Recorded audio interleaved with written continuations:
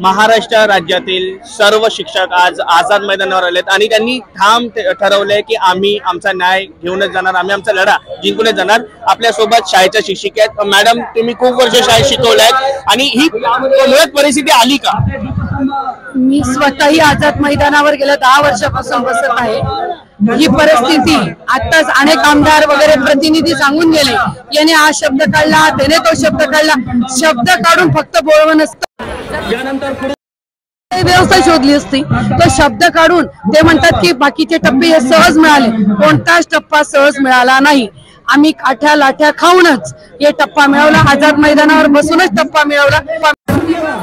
सामान्य शिक्षकांनी कोणताच आमदार कोणीच काही केलं नाही। ज्या वेळेला सभागृहात होतं असं दिसतं त्यावेळेला आमदार बसतात, मग ते म्हणतात आमच्यामुळे झालं, पण हे शिक्षकांची खरंच श्रेय आहे। आणि गेल्या 25 वर्ष 2002, 3, 1 या वेळेस कसले हे GR आहे कायम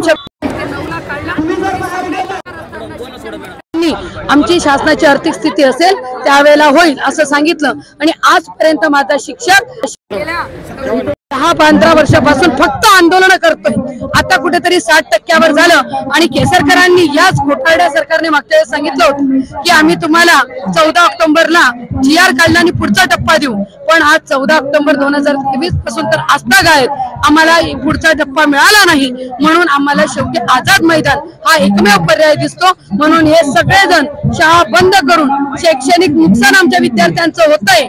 जी समाज घडवणारं, महाराष्ट्र घडवणारी ही पिढी घडवणारे शिक्षक जर आझाद मैदानावर बसत असतील तर शासनकर्ते नेमकं काय करत आहेत? त्यांना शाळा बंद करायच्या आहेत की विद्यार्थ्यांना कुठेतरी गुंड बनवायचंय असं आम्हाला दिसून येत आहे। कुठेतरी तुम्हाला दुहेरी भूमिका पार पाडावी लागते, शाळेत तुम्हाला शिकवायचं, इकडे आंदोलन करायचं, त्रास होतो या सर्व गोष्टींचा?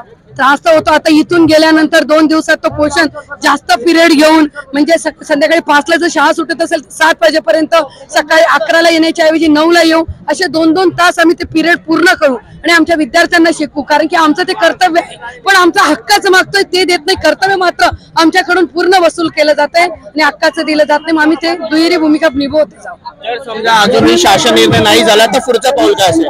आता आदरणीय उद्धव साहेबांना मी सांगितलेलं, मी शिवसेनेची उपनेते आहे, साहेबांना सांगितलं साहेब येणार आहे।